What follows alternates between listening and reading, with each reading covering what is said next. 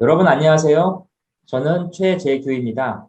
서울 스마트시티 센터와 함께하는 BT 비즈니스 혁신 세미나 AI 블록체인 디지털 유니콘 기업이 되는 핵심 기술별 비밀 레시피 오늘 세미나를 시작하도록 하겠습니다.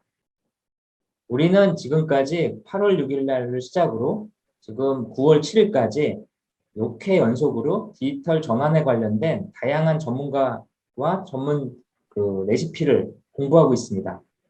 네이버와 함께한 AI, 그 다음에 클라우드, 그리고 웹브라우저에 관련된 플랫폼에 대한 미래, 그리고 PSI와 함께했던 기업의 그 디지털 전환에 대한 주요 이슈에 대한 내용들, 그리고 아카라 코리아와 함께했던 3월 인터넷 관련된 내용들, 그리고 코인플러그와 함께했던 블록체인 관련된 이야기들을 지금까지 알아봤습니다. 오늘의 주제는 RPA를 활용한 기업의 업무 자동화에 대한 내용들을 알아보고자 합니다. 이 RPA란 이야기 최근에 많이 언급되고 있는데요. 이 RPA가 무엇인지에 대해서 좀 이번 시간에 살펴볼 계획인데요. 이번 시간에는 DT 전문가와 함께하는 세미나로 RPA 전문 기업인 시메이션의 김용준 대표님을 모시고 이런 RPA를 활용한 기업의 업무 자동화에 대한 내용들을 알아보도록 하겠습니다. 이번 시간에 이 RPA에 관련된 전체적인 내용들을 좀 살펴볼 건데요. 그 대표님 혹시 나와 계신가요? 네, 나왔습니다. 네, 대표님 안녕하세요. 네, 대표님 안녕하세요. 간단하게 자기소개 좀 부탁드리겠습니다. 예, 저는 이제 시메이션이라고 해서 국내 그 AI R&D 회사고요. RPA를 중심으로 이제 여러 AI 모듈들을 개발하고 있는 회사에서 열심히 AI 활성화를 위해서 노력하고 있습니다. 네, 대표님이 RPA 관련돼서 오늘 좀 말씀을 주실 건데요. 오늘 주로 말씀 주실 내용이 어떤 걸까요? 예, 오늘은 실제로 그 RPA에 대한 뭐 개요, RPA에 대한 설명 정의부터 해서 RPA를 어떻게 적용하고 사례가 어떤 것이 있는지, 그 다음에 이제 RPA를 적용함에 있어서 거버넌스, 그 다음에 RPA 솔루션에 대한 기술적인 요소들, 그 후에 두 번째 세션에서는 실제로 돌아가는 영상, 그 다음에 하이퍼 오토메이션에 관한 그런 여러 로드맵에 대한 얘기를 하려고 합니다.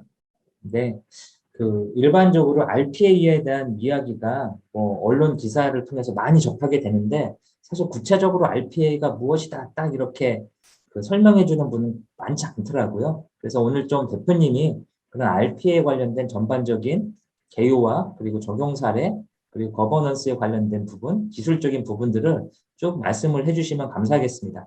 그럼 지금부터 뭐 네, RPA에 관련된 내용들을 좀 설명 부탁드리겠습니다. 네, 그렇게 하겠습니다. 지금 먼저 서울 스마트시티 센터에서 이렇게 발표를 하게 돼서 상당히 영광으로 생각을 하고요.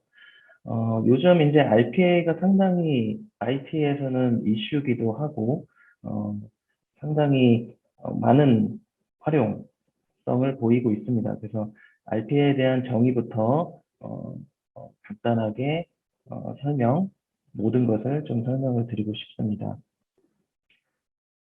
네. 첫 번째는 RPA 개요에 대해서 설명을 드리려고 합니다. RPA라고 하는 것은 약어입니다. 그래서 로보틱 프로세스 오토메이션이라고 해서 사무 자동화, 업무 자동화라고 다들 칭을 합니다. 그래서 4차 산업혁명 시대의 IT와 융합을 통해서 업무 프로세스 효율을 극대화할 수 있는 RPA 산업이 확산되고 있는데 IP 자동화 기술이 사실은 지금 처음 생긴 건 아닙니다. 테스트 자동화부터 해서 예를 들면 뭐 기능 테스트 자동화 이런 자동화 기술들이 업무 프로세스에 적용이 되면서 업무 혁신이 가속화되고 있습니다. 이 RPA라는 것은 초반에는 규칙적이고 다량 반복적인 업무를 프로그램이 수행을 하는 그러니까 AI 요소가 사실은 초반엔 별로 없었던 그런 단순 반복적인 일만 했었는데요. 요즘에는 이제 인공지능 AI와 결합을 해서 인지 기반의 업무로 확장을 하고 있고, 더 복잡한 업무, 그다음 좀 더 추론이나 인지할 수 있는 그런 업무들을 확장하려고 하고 있습니다. 글로벌 기업들은 RPA 솔루션의 그 검증 및 시험 적용 단계를 거쳐서 전사적으로 도입을 확산하고 있는데요.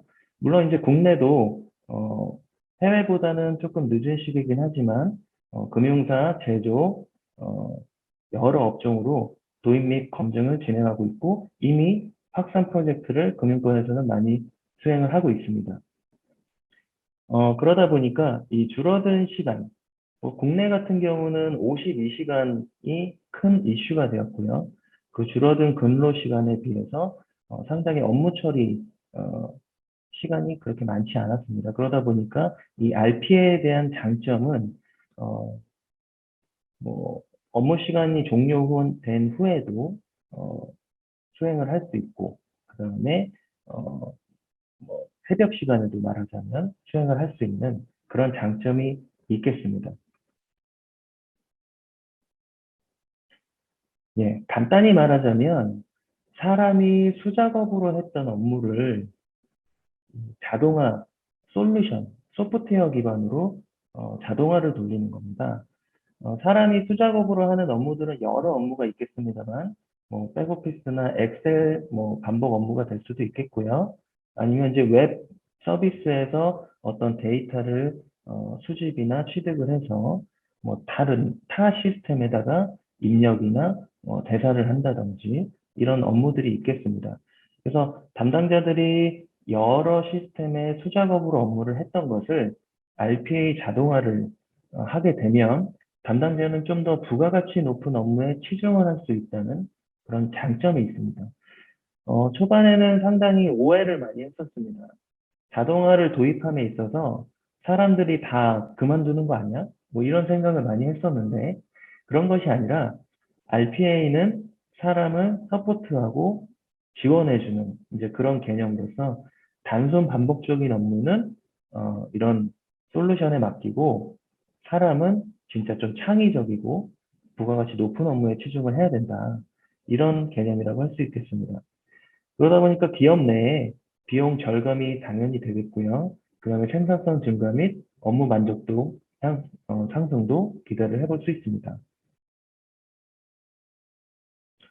RPA를 적용을 하게 되면 보통 분석, 설계, 그 다음에 구현, 테스트, 배포, 유지관리. 일반적인 이 표를 보시게 되면 SI 프로젝트와 사실 크게 다르지 않다고 생각을 하실 수 있습니다. 그러나 이제 RPA의 장점은 뭐냐면 기존에 있는 시스템을 건드리지 않고 as is 시스템을 그대로 사용을 하면서 빠른 도입 기간이 장점이겠습니다. 그러다 보니까 분석, 설계, 구현, 테스트까지 어, 뭐 대략적인 수치긴 합니다만 크게 뭐 2개월, 3개월이면 업무를 적용할 수 있다고 하고요. 안정화 기간과 이제 배포, 뭐 유지 관리 기간을 거치게 되는데 보통 이제 한 3, 4개월이라고 하는데 요즘은 이제 확산에 따라서 업무가 조금 늘어날 수는 있겠습니다만 애자일 방식으로 보통 프로젝트를 진행을 하기 때문에 좀 더 정확하고 빠른 그런 도입을 할 수가 있겠습니다. 이번 표는 실제로 리서치 그래프인데요. 전 세계 RPA 서비스 및 그 소프트웨어 시장에 대해서 리서치를 한 겁니다. 글로벌 시장 조사기관 HIS 리서치에 따르면 전 세계 RPA 시장은 2017년도에 한화 약 5천억 이상에서 2021년에 한화 한 1조 이상 성장할 것으로 전망을 했습니다. 물론 이제 지금 21년 전체 전 세계 시장을 보면 이거보다 더한 수치이기도 합니다. 그리고 글로벌 시장 조사 기관 다른 리서치 엠마켓에서는 전 세계의 RPA 시장 점유율 및 트렌드 분석 보고서에서는 전 세계 RPA 시장이 2020년부터 연평균 30% 이상 성장률을 보인다고 예측을 하고 있고 25년까지는 한화 한 4조 이상, 4조 6천억 이상 규모를 형성할 것으로 전망을 하고 있기도 합니다. 이만큼 이제 전망이 많고 이슈화가 되고 있는 그런 분야이기도 합니다. 국내 현황과 그 가까운 이제 일본 해외 현황을 좀 비교를 해볼 건데요. 일본 그 벤치마킹 결과를 한번 보겠습니다. 미쯔이 은행 같은 경우는 19년까지 3년 동안 3만 시간을 절감 목표로 삼았습니다. 이 3만 시간이라는 것은 3년 동안 3만 시간은 상당히 인원수로 따지면 1,500명의 분인데요. 상당히 큰 수치죠. 그리고 벤츠 같은 경우는 19년까지 3년간 3,000개의 봇을 도입을 목표로 하고 있었고요.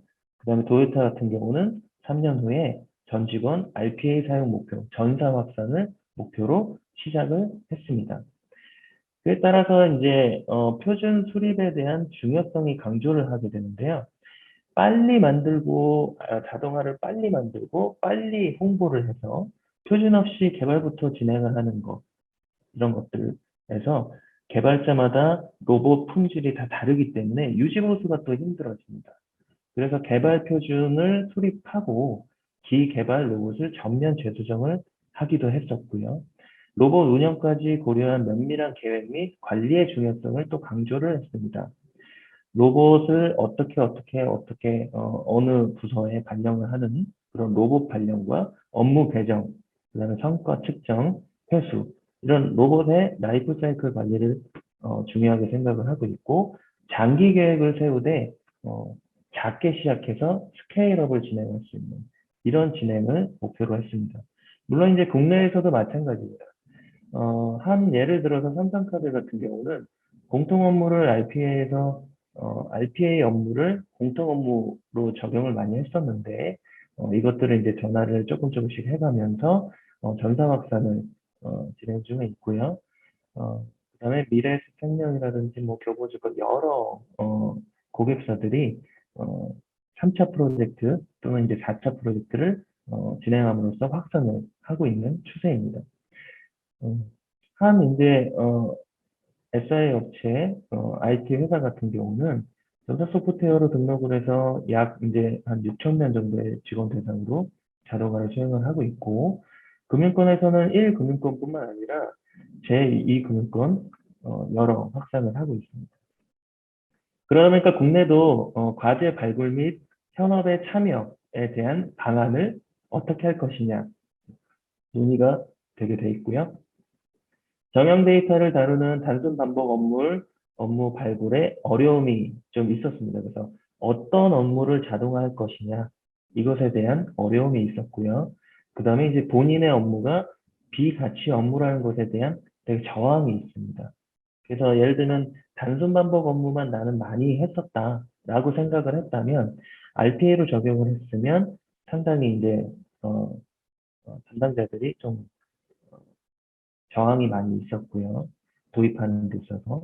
그다음에 이제 안정적인 운영. RPA 특성상 기존의 IT 시스템보다 잦은 에러가 있을 수는 있습니다. 왜냐하면 갑자기 생각지 못한 팝업이 떠서 뭐 오류가 발생을 한다든지 이런 것들에 대한 프로젝트를 좀 더 안정화 기간을 길게 가져가고 하다 보면 안정화가 되겠지만 현업들의 좀 이런 것들이 따끈따끈한 불만이 있었고요. 그냥 빠른 개발 과정 대비 충분한 안정화 기간, 앞전에 설명드렸다시피 안정화 기간이 길다는 이런 부분, 그다음에 현업에 대한 변화 관리 이런 것들이 상당히 중요점으로 국내에서는 받아들이고 있습니다. 예, 이 RPA라는 것이 지금까지 어떻게 변화를 해왔는지를 간략히 설명을 드리겠습니다. 이 자동화라는 것은 처음에 베이직 오토메이션으로 기반을 했습니다. 쉽게 말하면 예전에는 이제 매크로라고 해서 매크로 기반의 제한적인 업무 자동화, 뭐 DB 접속을 해서 그냥 데이터를 추출하는 거라든지, 그냥 간단한 스크립트 기반의 단위 랩의 사용 업무, 매크로만 가능하다든지, 이런 요소 기술을 기반으로 사용을 했다면, 그 다음에 RPA라는 게 나오게 됩니다. 구조화된 룰 기반으로 사용자 활동을 모방합니다. 행동 기반의 레코딩을 하는 기능들이 나오게 되어 있고요. 그 다음에 적용 업무로서는 시스템 간의 정형화된 데이터를 서로 입출력하고, 그 다음에 외부 데이터를 수집하는 보통 크롤링 이라고 많이 칭을 합니다. 외부 데이터를 수집하는 것들, 그 다음에 정형 데이터를 뭐 이렇게 쿼리를 수행한다든지 데이터 입력 검증. 그러다 보니까 요소 기술들은 이제 룰 엔진에 스크린 스크래핑이라고 하는 이제 화면의 데이터 취득 기술, 그다음에 워크플로우로서 플로우를 만들 수 있는 이제 워크플로우 기술들이 들어가 있고요. 이제 요즘에는 그러다 보니까 데이터 기반의 의사결정 업무로 적용 확대를 많이 니즈가 생기다 보니 IPA라고 해서 좀 더 인지 자동화로 넘어가게 됩니다. 비정형 데이터에 대한 인식과 처리 부분을 학습을 통해서 의사결정을 지원할 수 있게 지원을 하고 있고, 이미지 데이터에서 텍스트를 추출하고 입력하고 하는 것들이 보통 예전에는 OCR이라고 해서 광학 문자인식 기술을 뭐 지금도 많이 씁니다만 AI와 이제 연계가 돼서 AI OCR이라는 뭐 솔루션이나 모듈들이 나오게 되죠. 그래서 예를 들면 문서가 잠깐 접혀 있어도 뭐 인식을 된다든지 흐릿해도 인식이 된다든지 이런 좀 인지 기반의 OCR이 나오게 되고요. 그다음에 이제 자연어에 대한 부분 NLP라고 해서 이제 자연어 처리를 하게 돼 있는데 보통 이제 신층 리딩이라고 해서 이제 MRC, 머신 리딩이라고 하는데요. 이 MRC와 NLP 이런 것들이 다 집합으로 해서 보통 챗봇이라는 것들이 많이 나오게 되어 있고요. 이 RPA와 챗봇을 연계해서 좀 더 편하고 혁신적인 그런 업무를 자동화할 수 있게 되었습니다. 과거 데이터로부터 이제 룰을 생성하는 것도 마찬가지고요. 그러다 보면 이제 빅데이터, 그다음에 머신러닝 이런 것들이 요소 기술로 제공을 하게 됩니다. 그 후에는 이제 좀 더 코그니티브 오토메이션이라고 하는데 지금 이 코그니티브 오토메이션 초기에 와 있다고 다들 말을 합니다. RPA가 복잡한 프로세스 개선 업무 예측을 좀 해서 의사결정을 솔루션에서 소프트웨어에서 알아서 좀 제안도 할 수 있고 의사결정도 간단한 것들을 할 수 있는 이런 자동화인데요. 그러다 보니까 이제 프로세스 마이닝이라는 요소 기술이 나오게 되는데 업무를 좀 자동으로 선정해 줄 수 있는 마이닝 기술, 업무를 뽑아낼 수 있는 마이닝 기술, 그 다음에 대화, 음성, 뭐 STT, TTS 같은 경우는 뭐 지금도 많이 하고 있습니다만 좀 더 음성 발화나 대화 생성을 할 수 있는 부분, 아무래도 머신 러닝이나 딥러닝 같은 것들로 좀더 자동화를 스크립트 없이 논 스크립트의 음성 텍스트 기반으로 자동화를 수행할 수 있고 서로 제한하면서 커뮤니케이션 할 수 있는 이제 그런 RPA로 나아가고 있습니다. 네, 그래서 이제 RPA라고 하는 것은 이 자동화인데요. 오른쪽 표에 보시면 RDA라는 것이 또 나오게 됩니다. 이 RDA라는 것이 뭐냐면 이것도 약언데요. 로보틱 데스크탑 오토메이션이라고 해서 개인 업무에 맞다고 합니다. 요즘에는 이제 개인 비서라고 칭을 하는데요. RPA라고 하는 것은 예를 들면 공통 업무에 적용을 많이 한다고 합니다. 한 가지 예를 들어보겠습니다. 예를 들면 뭐 하나의 금융권 업무에서 뭐 예를 들면 대출 여신이나 이런 승인을 하게 되는데 그런 한도나 이런 어, 승인을 내주게 됐을 때 뭐 진위 확인을 하게 되고 뭔가 어떤 어, 공공 문서도 발급을 해야 되고 이런 것들을 이제 공통 업무라고 하게 되면 개인 업무들은 이런 거죠. 예를 들면 제 업무, 회사의 공통 업무가 아니라 제 개인 담당자의 개인 업무를 자동화를 함으로써 좀 더 커뮤니케이션을 할 수 있는 그러다 보니까 개인 비서라고도 보통 많이 칭을 하고 개인 업무에 적합을 하다 보니까 1인 1보 개념에 많이 적용을 하게 되는 게 이 RDA라는 것입니다. RPA라는 것은 이제 복과 상호작용을 하는 사용자가 없이 바로 그냥 오토메이션으로 스케줄이나 바로 온디맨드로 수행을 할 수 있는 이제 그런 업무다 보니까 바로 공통 업무에 적용이 가능하고, 그다음에 통합 관리 기능에서 봇을 제어하거나 관리하고 뭐 원격 제어하거나 이런 것도 제어 관리를 할 수 있는 부분, 스케줄링을 통해서 주기적으로 업무 처리를 한다든지 결과를 피드백 받을 수 있는 그런 프로세스 효율 향상에 있다면, 이 RDA는 개인 업무에 사용자 개인이나 반자동도 수행을 할 수가 있고요. 그다음 직원 개인 PC에 단독 스케줄 및 직접 수령을 할 수 있다든지, 업무 중에 수시로 수행을 할 수 있는. 제가 갑자기 뭐 예를 들어서 막 엑셀 작업을 하다가 갑자기 메신저로 요청이 들어왔다. 그러면 뭐 단축키를 눌러서 바로 그냥 자동으로 수행을 하는데, 뭐 이런 즉시 피드백으로 니즈를 받아서 수행을 할 수가 있겠고요. 개인 업무에 적합을 하는 업무, 그다음에 직원 업무 생산성 향상 및 개인 비서 개념이라고 생각을 할 수 있겠습니다. 그래서 보통 기업에서는 IT 지식이 없는 현업을 위해서 이 RDA라는 보급을 생각을 하게 돼 있는데요. 이 RDA 보급을 하더라도 RPA의 전문가 조직이 적극적으로 필요하다고 얘기를 하고 있습니다. 이 RPA 초반에서는 이런 겁니다. IT 전공자가 아닌 일반 현업들이 이 RPA를 배워서 자동화 스크립트를 작성해서 3일 만에 배워서 수행을 할 수 있다. 이런 RPA 업체들에서 많이 홍보를 했고 실제로 시도를 했습니다. 그런데 상당히 실패를 많이 했습니다. 왜냐하면 현업들이 실제로 현업 업무도 바쁜데 스크립트나 이런 것들을 다 배워서 자동화를 만들기는 또 쉽지 않고, 그다음에 아무리 IT를 모른다고 하더라도 실제로 그 어떤 뭐 예를 들면 스트링이나 인트 이런 타입들을 어, 이해하는 것 자체가 사실 쉽지는 않아요. 시간도 없고요. 그러다 보니까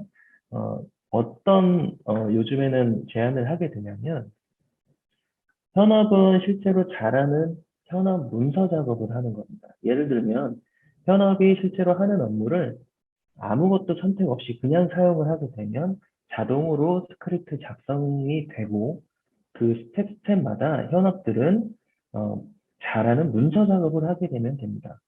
뭐 여기 있는 스텝에서는 로그인의 어떤 것들에 뭐 어떤 주의를 요함 이런 것들을 하게 돼서 이 전문가 조직으로 전달을 하게 되면, 이 전문가 조직은 바로 그 문서와 80% 정도 완성된 스크립트를 같이 받아보게 됩니다. 그래서 스크립트를 완성하게 되고 배포하고, 현업들은 그냥 수행만 하면 되는 이런 이제 그림을 그려가고 있습니다.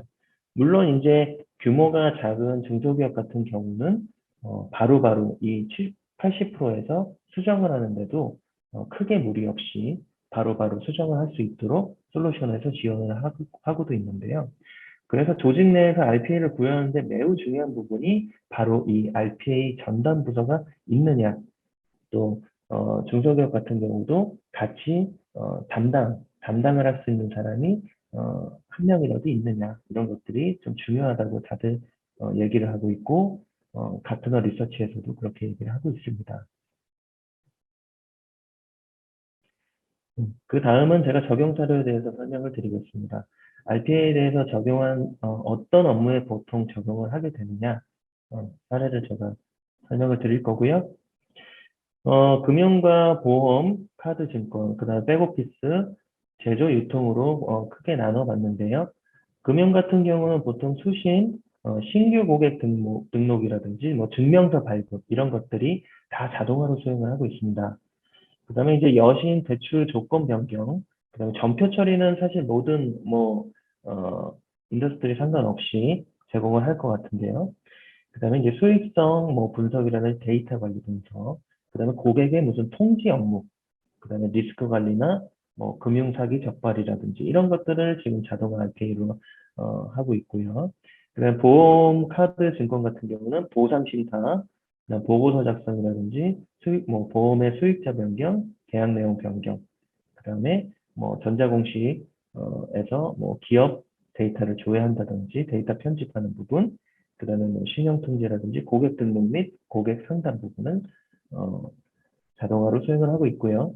그다음에 백오피스 같은 경우는 재무회계 인사도 다 아까 말씀드렸다시피 모든 인더스트리에서 적용을 할 수 있겠습니다만 매출 자료 업로드라든지 세금 계산서 자동화, 그다음에 계약 변경이라든지 근태 관리, 대외 보고 이런 것들을 수행을 할 수 있고 제조나 유통 같은 경우도 주문 대행 및 송장 처리, PO라든지 그다음에 주요 데이터 관리, 그다음에 고객에게 메시지 자동 발송, 그다음에 해외 물류라고 한다면 이 선적, 카고 보통 트레이싱 업무라고 하는데 이런 선적에 대한 내가 지금 가고 있는 컨테이너가 어디에 와 있는지 이런 것들을 좀 인식이나 자동 입력할 수, 내부 시스템에 자동 입력할 수 있는 이제 그런 업무들이 있겠습니다. 그래서 시스템 미연계 외부 정보 확인 같은 경우는 보통 이제 LG 그룹사 같은 경우는 미국 법인 대형 거래소 미수금 내역 확인이라든지, 그다음에 가격 정보 확인, 피오 관리, 그다음에 다량 외부 데이터 수집 같은 경우는 시장가를 조사하는 거, 그다음에 농수산물 경매가를 조사한다든지, 외부 인건비를 조사하는 이런 스크래핑 업무들도 있겠고요. 그다음 가격 비교 이런 것들은 당연히 수행을 하고 있습니다. 단순 정보 단순 정보 확인, 시스템 입력 업무 같은 경우는 구매 입찰 생성이라든지, 그다음에 지식 정보 시스템 같은데 자동으로 입력을 하는 거, 그다음에 경영 지표를 대시보드에다가 바로 뿌려주는 또는 수집하는 이런 업무들, 그다음 나머지 레포트 업무들, 그다음에 정산 데이터 가공하는 업무들이 있겠습니다. 그다음에 메일을 주고받는 송수신 업무들, 결과를 취합한다든지, 또는 가격, 승인이라든지 판촉, 승인이라든지, 또는 가격이라든지 계산서, 이런 것들에 대해서 지연이나 또는 수신 받은 것에 대해서 뭔가 메일링을 자동으로 처리를 해서 자동화를 수행할 수 있는 부분, 그 다음에 견적, 미제출권에 대해서 SNS 후에 담당자가 메일링하는 것들, 그 다음에 데이터를 대사하는 업무들도 상당히 많습니다. 예를 들면 인사 같은 경우는 급여, 실제 급여와 계약서나 이런 합의를 했던 연봉 합의서 급여의 샘플링 비교를 검증하는 부분, 재무 같은 경우는 외환 검증, 재무에서는 미청구 요청 같은 이런 업무들이 있겠고요.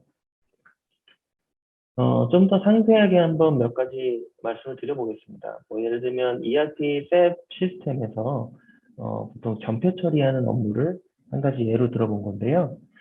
셉 전표 처리 같은 경우는 이제 이 스텝으로 나눠져 있습니다. 왼쪽 편에 보시면 셉 화면에서 로그인이나 법인카드 내역 조사, 엑셀에 다 붙여넣기까지 자동화를 먼저 수행을 합니다.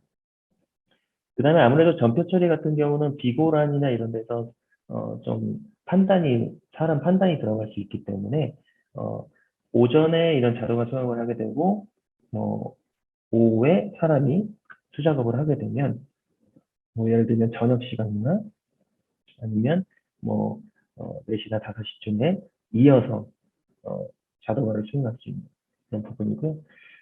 수작업으로 한 30분 걸렸던 업무가 한 RPA로 하게 되면 한 3분 30초에 끝났던 업무고요. 그 다음은 이제 매출 실적 정산이라는 업무인데요. 이거는 바로 DB로 다이렉트로 그냥 쿼리를 수행해서 업무를 좀 더 PI 아닌 PI를 해가면서 업무를 변형한 그런 사례이기도 한데요. 수작업으로 한 2시간 걸렸던 업무가 매일마다 2시간 걸렸던 업무가 RPA로 수행했을 때 6분 안에 끝냈던 이런 업무입니다. 매출 또는 포인트나 이런 것들을 순차적으로 입력하는 업무이고요. 그 다음에 이제 포인트 같은 거 이 포인트 회사인데요. 포인트 회사의 실적 정산을 하는 것들인데 가맹점의 포인트 가맹점들이 너무 많다 보니까 상당히 복잡하고 처리하는데 단순 반복 업무가 상당히 오래 걸렸던 업무이기도 합니다. 이것도 이제 매일 수작업으로 한 사람이 1시간 걸렸던 업무가 실제로 RPA로 돌렸을 때 5분에 끝냈던 이제 그런 효율을 보여주게 되었고요. 그다음에 이제 정산 데이터 조회 후에 엑셀로 복사해서 파일을 가공하는 단계를 거친 다음에 공문을 작성하는 그런 부분인데요. 정산 공문 작성이 업무. 이것도 이제 엑셀에 뭐 저장해서 엑셀에 자동화를 시켜 뭐 피벗 처리부터 막 수행을 하게 되고 그다음에 공문 작성을 해서 메일까지 보내게 되는 이제 그런 업무인데 수작업으로 한 1시간을 수행했던 업무가 RPA로 했을 때 2분 30초 안에 끝냈던 효율을 보였습니다. 또 하나의 업무는 홈페이지 빌더 생성이라고 해서 홈페이지를 이렇게 폼만 만들어 놓고 안에 내용만 바꿔서 바로바로 배포를 하면서 서비스를 해주는 그런 회사입니다. 중소기업이고요.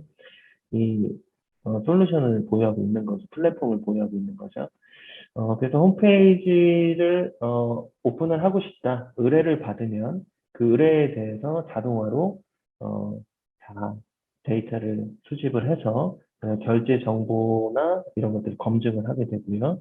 작업 상태를 그래서 변경을 해주고 자동으로 빌더를 자동으로 수행을 하게 됩니다. 그 다음에 배포를 하게 된 다음에 고객 결제 정보 및 상태를 변경해서 자, 배포됐으니 확인해 보세요. 그 다음에 사람이 마지막으로 확인을 하게 되면 자동화로 승인을 하게 되는 이런 업무인데 실제로 5시간, 하루에 5시간 걸렸던 어, 하루는 아니죠. 이제 요청 건마다 5시간 걸렸던 업무가 7분 25초에 상당히 빠른 효율을 보였습니다.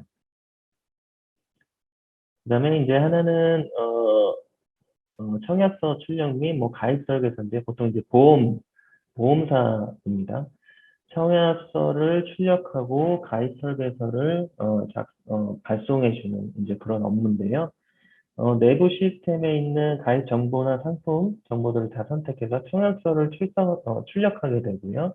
그 다음에 파일을 가공하게 돼서 내부 시스템에 또 입력을 하게 되고 그 다음에 담당자에게 발송을 해주는 업무입니다. 수작업으로 건마다 6시간 걸렸던 업무가 15분 정도 끝났던 업무고요. 그 다음에 이제 여신 금융협회에서 매출 정보를 조회하는 업무. 이 조회를 한 다음에 데이터들을 다 ERP 시스템에다가 업로드를 보통 많이 하게 되는데 9시간 걸렸던 업무가 1시간에 끝냈던 업무고요. 이 부분에서는 또 캡처라는 것이 있습니다. 자동 입력 방지라고 해서 캡처 부분이 있어서 이 부분도 자동화를 수행할 수 있습니다. 다음은 이제 점포, 뭐 백화점 업무 같은 경우는 점포별로 마감 정보를 하는 업무들이 있겠습니다. 그리고 앞전에 설명드렸던 물류 부분에서 트레이싱 업무를 하게 되는 추적 관리를 하는 업무고요. 매일 5시간 2명이 수행을 했었는데 6시간에 끝냈던 그런 업무입니다. 네, 그래서 RPA 거버넌스에 대해서 간략하게 설명을 이어서 드리겠습니다. 이 RPA를 도입을 함에 있어서 보통 RPA는 기획, 개발, 운영, 모니터링으로 나누게 되는데 이 기획에서는 전략 수립이나 기획 도입, 거버넌스 수립이 중요하게 되어 있고요. 그래서 전략 수립에서는 이제 비전 및 목표, 추진 전략, 확산을 어떻게 할 것이냐, AI와 어떻게 융합을 할 것이냐 부분이 있겠고 사업 관리에서는 기획 도입에서 사업 관리에서는 과제 관리나 사내 홍보가 또 중요할 수 있겠습니다. 그 다음에 RPA 거버넌스 수립, 뭐 업무 범위라든지 아레나를 나누는 부분이 있겠고요. 그 다음에 보안 관리 이런 것들이 있겠습니다. 그 RPA 개발에서는 대상 업무를 선정하는 부분, 그 다음에 개발 환경 구성, 구축하는 부분이 있겠고요. 그래서 운영에서는 RPA 다 만들었던 테스트에서 로봇으로 이제 이관을 하는 부분, 그 다음에 운영 안정화, 어, 현업 대응이나 어떻게 운영을 할 것인지, 그 다음에 RPA 모니터링에서는 좀 더 프로젝트를 관리하고 ROI를 측정하고 이런 도입 성과 관리, 그 다음 로봇 자산 관리가 있겠습니다. 간단하게 설명을 한번 드려보면 기획에서는 보통 이제 비용 절감이나 업무 효율, 그 다음에 요즘 디지털 트랜스포메이션, 그 사무직의 DT 부분이 있겠는데요. 그 단순 반복적인 업무에 과도한 인건비가 지급되는 부분, 그 다음에 업무 증가에도 추가 채용 없이 좀 업무를 지속할 수 있었으면 좋겠다. 그리고 업무 효율에서는 직원들의 핵심 업무에 집중할 수 있게 이런 단순 반복 업무는 좀 더 없애고 싶다. 그 다음에 직원들의 역량과 무관하게 좀 더 품질을 유지할 수 있는 부분. 그 다음에 전 직원의 업무 환경 개선을 해서 1인 1봇 도입이 취급했던 그런 예를 한번 들어보겠습니다. 그랬을 때 이제 목표가 뭐 예를 들면 비용 절감이나 뭐 ROI 측면에서는 연간 절감 시간 뭐 6만 시간이라든지 영업 업무 효율화, 그다음에 사무직원의 1인 1보수로서 이런 목적을 달성할 수 있겠는데요. 그다음에 이제 개발 및 운영에서는 개발이나 운영을 하게 되면 RPA도 뭐 한번 만들어 놓으면 계속 성공을 해서 완전히 100% 유지 관리를 안 해야 되는 건 아니고요. 그러다 보니까 이제 개발을 하게 되거나 운영을 하게 됐을 때 실패 유형들이 있습니다. 보통 이제 브라우저를 뜰 때 브라우저 자체에 또 오류가 발생을 해서 하는 부분. 이 봇이라고 하는 실제로 자동화 돌아가고 있는 그 소프트웨어에서도 오류가 발생하기도 합니다. 예를 들면 뭐 디스크가 갑자기 풀이 났다든지 그 환경 오류죠. 뭐 갑자기 뭐 인터넷이나 이런 것들이 갑자기 끊겼다든지. 그다음 또 하나는 대상 시스템의 변경이 돼서 오류되는 부분. 뭐 갑자기 예를 들면 홈택스라든지 뭐 이런 정부24 이런 사이트들이 갑자기 뭐 변경이 돼서 오류가 발생할 수도 있겠습니다. 이랬을 때는 이제 변화 관리를 통해서 담당자에게 알림을 해주고 좀 더 수정을 빨리빨리 할 수 있게 그런 구축을 하게 됩니다. 그다음에 이제 모니터링 부분인데요. 아무래도 이제 성과 관리를 위해서 ROI 측정을 특정 방법론이나 기준에 따라서 측정을 하게 돼 있고요. 모니터링 방안에서는 측정 목적 및 방법을 확정을 짓고 그다음에 실행 모니터링 및 인터뷰를 통해서 성과 분석을 하게 됩니다. 그래서 원인 분석, 만약에 이상한 게 있다면 오류가 있다면 원인 분석을 하게 되고 현황 보고 및 이상 조치 대응 이렇게 이제 단계적으로 수행을 할 수 있게 되는 그런 모니터링 방안이 있겠습니다. 어, 좀 전에 기사긴 한데요. 일본의 손정희 회장이 한번 이제 RPAI라고 하는 또 이제 용어를 내기도 했었습니다. 이 로봇에 대한 업무 자동화에 대해서 RPA와 AI를 합성해서 많은 업무나 사람을 도울 수 있다는 내용인데요.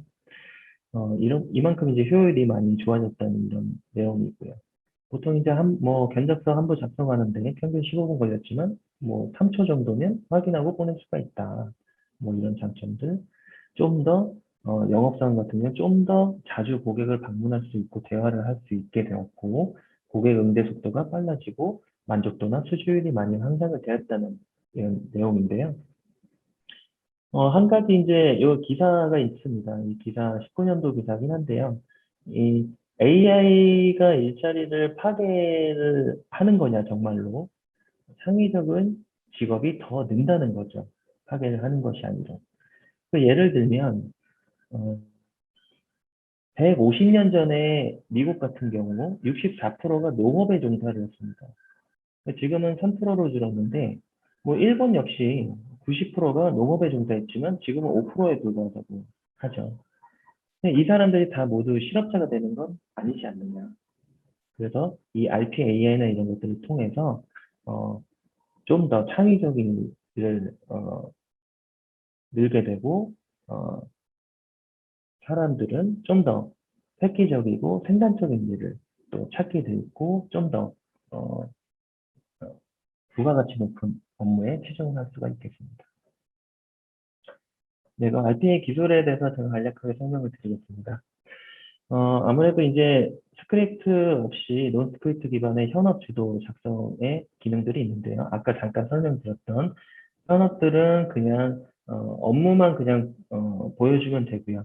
업무만 그냥 사용하게 되면 그게 자동으로 스크립트에 작성하게 돼서 플로우 기반의 문서를 작성해서 스텝마다 문서 작성처럼 이벤트만 넣어서 RPA 전담팀에 보내면 작성을 할 수 있는 부분. 그다음에 이제 리스트 형태의 행동 기반 스크립트 작성을 할 수 있게 되기 때문에 아까 앞전과 같은 내용이기도 하겠는데요. 그래서 언어를 IT 개발 언어를 몰라도 스크립트 작성을 할 수 있는 그런 사용자 친화적이고요. 이 RPA는 보통 기술들이 여러 가지 있겠습니다만 오브젝트라고 속성을 읽어내는 오브젝트 기술이 있고 이미지 매칭이라고 해서 이미지 패턴을 찾아낼 수 있는 이미지 패턴 매칭 기술들이 있습니다. 이 이미지 매칭 기술은 좀 더 고도화가 많이 RTA에선 돼서 뭐 예를 들면 가려져 있어도 자동으로 백그라운드에서 찾으면 자동으로 포커스를 해준다든지 뭐 이런 초기 AI 기능들이 들어가 있고요. 그다음에 엑셀 자동 레코딩이라고 해서 엑셀 매크로 보통 사용을 해보셨으면 아시겠지만 엑셀 매크로처럼 자동으로 그냥 사용하면 쭉 이벤트가 자동으로 떨어지는데 이 RPA에서는 이 엑셀을 또 내장을 시킨 RPA도 있습니다. 근데 저희 RPA 같은 경우는 엑셀이 내장되어 있기 때문에 MSS를 설치되어 있지 않아도 바로 사용을 할 수 있는 그런 자동화 장점이 있겠고요. 그다음에 OCR의 기능도 어느 정도 RPA에서 포함을 하고 있습니다. 그러다 보니까 OCR은 실제로 이미지 선처리, 그 OCR에 인식시키는 이미지를 좀 더 인식을 좋게 하기 위해서 선처리를 하게 되는데요. 예를 들면 뭐 굵으면 뭐 얇게 한다든지 글자가 얇으면 굵게 칠해준다든지 뭐 음영을 조절한다든지 이런 것들을 통해서 인식률을 향상을 시킬 수 있습니다. 그다음에 좀 인텔리전트 도큐먼트 OCR이라고 해서 문서 자동 분류를 또 RPA로 제공을 합니다. 그래서 이 문서가 사업자 등록증인지 또는 뭐 세관계에서 어떤 건지 이런 것들을 자동으로 분류를 해서 해당 영역만 대표자 부분 아니면 법인명, 사업자 등록증으로 따지면요. 그 부분을 자동으로 추출을 해서 업무를 처리할 수 있는 부분을 제공하고요. 네, 뭐 물리 키보드라고 해서 뭐 예를 들면 그 키보드를 실제로 입력하는 것처럼 키보드 모듈도 또 제공을 할 수도 있고요. 보통 보안 강화 사이트들은 실제 이 물리 키보드 입력이 아니면 처리 못하는 부분이 있습니다. 그다음에 트리거라고 하는 기능은 어떤 상황이 발생을 했을 때 자동화를 돌려라. 뭐 이런 기능, 뭐 메일이 왔을 때 돌려라. 계속 365일 돌려서 루틴을 체크하는 게 아니고요. 뭐 이런 기능들. 그다음에 이제 봇을 뭐 바로 원격 제어 솔루션처럼 봇들을 대상으로 쓴 원격 제어를 할 수 있어서 바로 이제 문제가 생겼을 때 제어를 할 수 있는 부분이 있고요. 그다음에 뭐 체크박스나 라디오 버튼 같은 경우도 머신러닝으로 어떤 이미지의 체크박스나 라디오 버튼이 와도 체크되어 있는지 안 되어 있는지를 알아낼 수 있는 기능을 제공합니다. 오브젝트 인식이 안 되는 그런 화면들이 또 있기 때문에요. 그 다음에 이제 버추얼보 스크립트라고 하는 것은 뭐냐면 쉽게 말하면 마우스가 자동으로 클릭해가면서 자동화를 하는 것이 아니라 전문 기반으로 백그라운드로 업무를 수행하는 겁니다. 그래서 실제로 업무로 사용 중에서도 수행을 동시에 할 수도 있고요. 속도는 아무래도 마우스로 클릭하고 UI가 없기 때문에 좀 더 빠르겠죠. 그 다음에 이제 요즘 상당히 이슈가 되고 있는 부분이 바로 이 1인 1복 개념에 적용을 하려고 하다 보니 이 멀티스페이스라는 기능이 상당히 이슈를 받고 주목을 받고 있습니다. 예를 들면 업무 PC 한 대에서 사용자 담당자는 그냥 업무 보실 거 보면 됩니다. 그리고 멀티스페이스라는 전용 공간에다가 자동화를 돌리는 겁니다. 그래서 인풋 박스나 메시지 박스 이런 알림들은 이 메인에 또 알려주게 되고요. 서로 그래서 상호 커뮤니케이션을 할 수 있게 제공을 하고 있기 때문에 진정한 개인 비서라고 할 수 있겠습니다. 지금까지의 RPA 솔루션들은 자동화를 돌리게 되면 1인 1곳이라고 할지라도 자동화를 돌리게 되면 담당자는 그냥 핸드폰 보고 놀고 있어야 되거든요. 근데 그게 아니라 계속 업무를 보면서도 커뮤니케이션을 동시에 수행할 수 있다. 이런 기능이 상당히 이슈가 되고 있고요. 네. 그래서 제가 이제 세션 1에서는 RPA 거버넌스에 대한 부분, RPA KO, 그 다음에 RPA에선 어떤 기능을 제공하는가 설명을 드렸습니다. 그 다음에 이어서는 하이퍼 오토메이션이라고 해서 실제로 RPA가 어떻게 AI나 좀 더 확산할 수 있는지 이런 로드맵 측면에서 설명을 드릴 거고요. 그 앞전에 RPA가 실제로 돌아가는 데모 영상을 간략하게 보여드릴 겁니다. 네. RPA 데모를 잠깐 보여드릴 건데요. 첫 번째는 이제 비밀번호 변경 2차 인증이라는 타이틀을 잡아봤습니다. 이 비밀번호 변경 2차 인증이라고 하는 것은 뭐냐면 이 RPA가 사실은 봇이라는 게 PC만 하는 건 아닙니다. 이 모바일 봇이라는 것도 존재를 하기 때문에 자동화를 함에 있어서 모바일에 있는 데이터를 PC에 넘기고 PC에 있는 데이터를 모바일로 넘기고 이렇게 왔다 갔다 입출력을 할 수 있는 부분이 사실 RPA가 제공을 하지는 못했습니다. 근데 이런 것들이 제공을 하게 됨으로써 비밀번호 변경할 때 2차 인증, SMS 문자로 인증번호 오잖아요. 이런 것들도 자동화를 수행할 수 있다고 해서 데모를 좀 만들어 봤습니다. 네, 간략하게 보시겠습니다. RPA를 이제 수행을 작성을 하고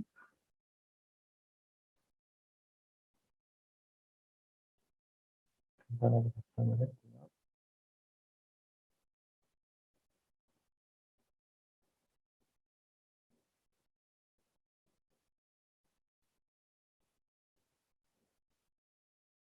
음,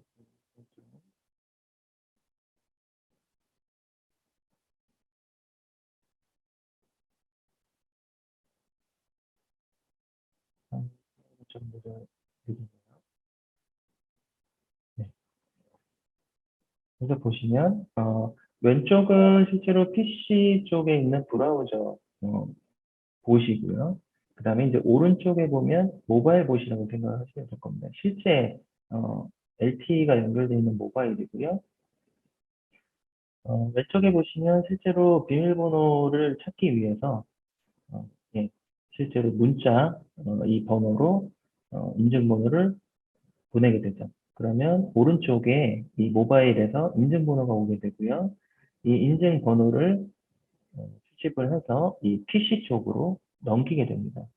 그러면 인증번호 입력을 하기 위해서 비밀번호를 변경하게 되는데 이때 새 비밀번호를 입력할 때 랜덤으로 입력을 하게 되면 실제 기업이나 담당자도 모르는 거죠. 예를 들어서 보안 측면에서 뭐 그렇게 아예 모르게 담당자도 할 수도 있고요. 이런 결과를 바로 볼 수 있겠습니다.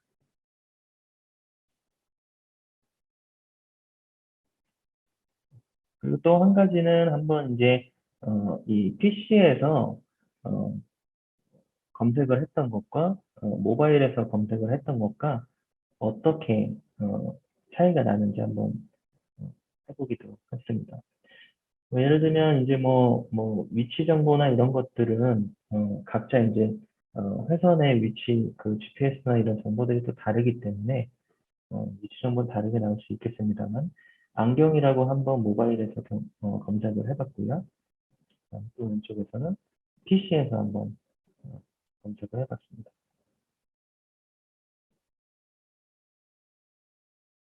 이렇게 좀 될 때가 차이가 있었고요.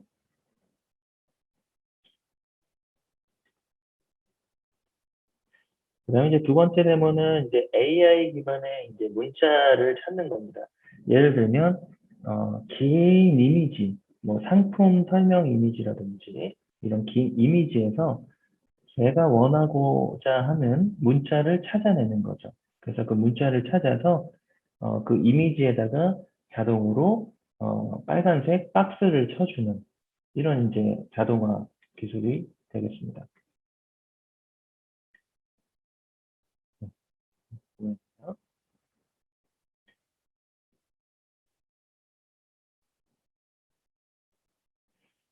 한 이제 뭐 쇼핑 사이트에서 보면은 이 하나의 이제 뭐 삼계탕인데요. 이 지금 어, 이미지로 쭉 설명들이 있습니다. 근데 보통 어, 기업에서는 뭐 예를 들면 뭐 부적절한 단어라든지 또는 뭐 원산지 이런 것들이 잘못 표기되어 있다든지 이런 것들을 다 수작업으로 눈으로 확인을 해서 했었거든요. 근데 이 이미지가 상당히 뭐 몇십만 장 뭐 이렇게 되다 보니까 사실 전체 다 검수를 할 수가 없는 그런 상황입니다.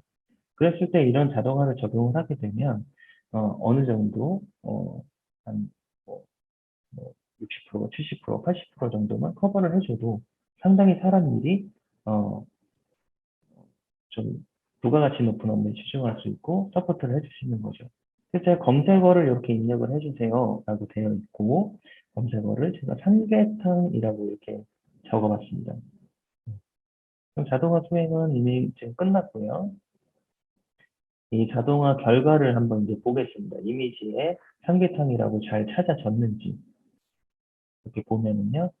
네, 삼계탕이라고 있는 문자 부분에 이렇게 박스를 자동으로 쳐주게 됐죠. 그럼 이제 담당자는 이런 것들만 자동으로 뭐 마스킹 처리를 할 수도 있고요. 또는 뭐 이런 것들이 검출이 됐을 때 넘길 수도 있고요. 다시 뭐 반려를 할 수도 있고요. 뭐 이런 기반의 업무가 있겠고요.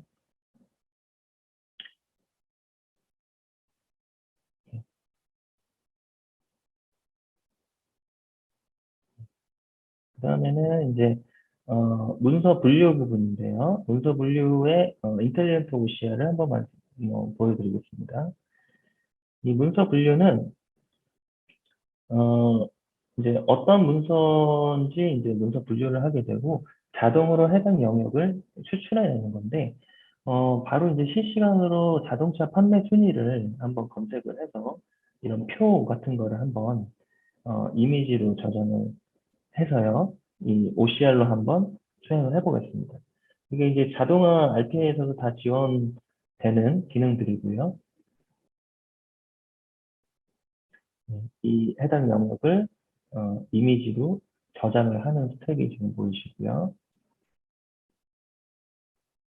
이미지 저장이 됐고 해당 이미지 표가 보이게 될 겁니다. 보이고요. 그러면 이 이미지를 실제로 그 문서 분류로 불러와서요. 여기 앞에 보시면 이렇게 지금 선 처리가 다 자동으로 됐죠. 그래서 색깔이 있거나 이러면 자동으로 없애고 그라데이션 같은 건 또 처리를 해주고 그다음에 이제 이 테이블 형태이기 때문에 테이블 형태로 자동으로 뭐 데이터 테이블 형태라든지 자동으로 저장을 해주는 이런 기능들을 진행하고 있습니다. 여기 보시면 박스가 자동으로 이렇게 쳐지고 있는 걸 보실 수 있습니다. 이게 이제 그 비전이라는 모듈인데요. 비전은 보통 그 생활에서 저희가 알고 있는 퍼블릭한 그 비전은 뭐냐면 카메라로 봤을 때 이게 사람인지 사과인지 뭐 자동차인지 이런 것들을 이제 찾아내는 것들이 퍼블릭하게 비전이라고 얘기를 하는데 이 RPA 안에서 비전은 뭐냐면 이런 객체나 뭐 버튼, 인풋 박스 이런 것들을 자동으로 인식을 해서 영역을 박스를 쳐주거나 인식을 해주는 것을 RPA에서 비전이라고 합니다. 이 RPA에서 비전이라는 기술이 있는지 없느냐에 따라서 나중에 RPA가 고도화가 됐을 때 예를 들면 마이크로 네이버에 접속해서 뭐 어디 뉴스 클릭해 이랬을 때 RPA가 자동으로 클릭을 할 수 있으려면 실제로 RPA가 화면을 직접 인식하고 오브젝트화할 수 있는 이미지를 오브젝트화할 수 있는 이런 비전 모듈이 필수가 될 수 있겠습니다.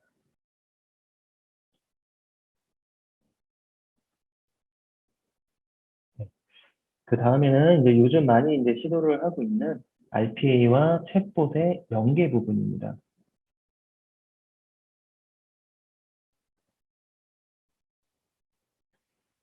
예. 이 영상은요, 재작년 CES에서 이제 출품을 했을 때, RPA 출품을 했었습니다. 그래서 그 출품했을 때 시나리오인데요. 이 왼쪽 편에 있는 것은 챗봇입니다. 챗봇이고, 오른쪽에 있는 화면은 이제 RPA 화면이라고 보시면 되는데, 이 업무는 실제로 그 출장봇입니다. 그래서 출장을 어떻게 갈 때 이 챗봇을 통해서 어디로 가고 뭐 어디로 뭐 해서 결제를 해줘. 몇 날 며칠부터 며칠까지 어디에 묵을 예정이고 뭐 결제해줘. 이런 것들에 대해서 챗봇으로 입력을 받게 되고 이 입력된 데이터를 RPA로 넘기게 됩니다. 그러면 RPA는 그 데이터를 기반으로 자동화를 수행하게 되고요.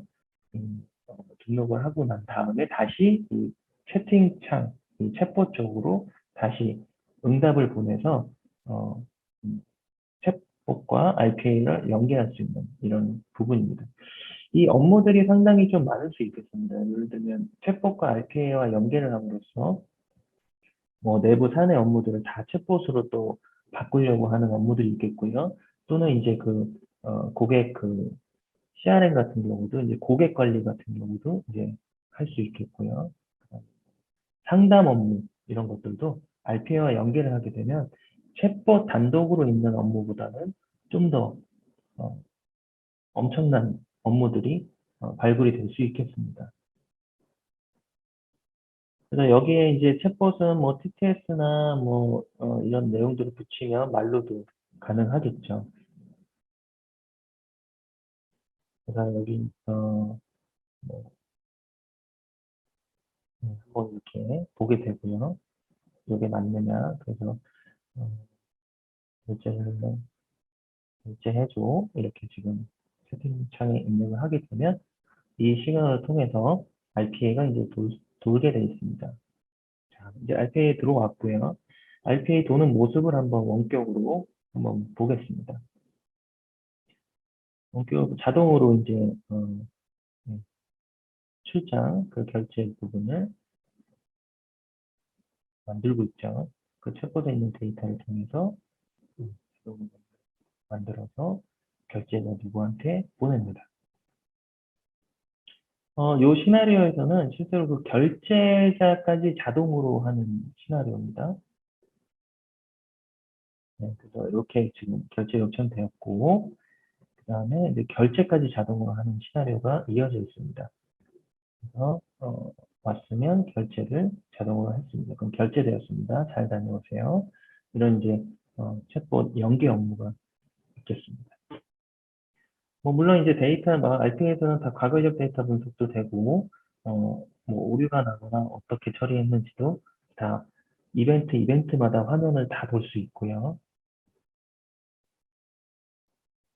네, 이렇게 화면을 단독 데이터 분석을 할 수 있겠습니다.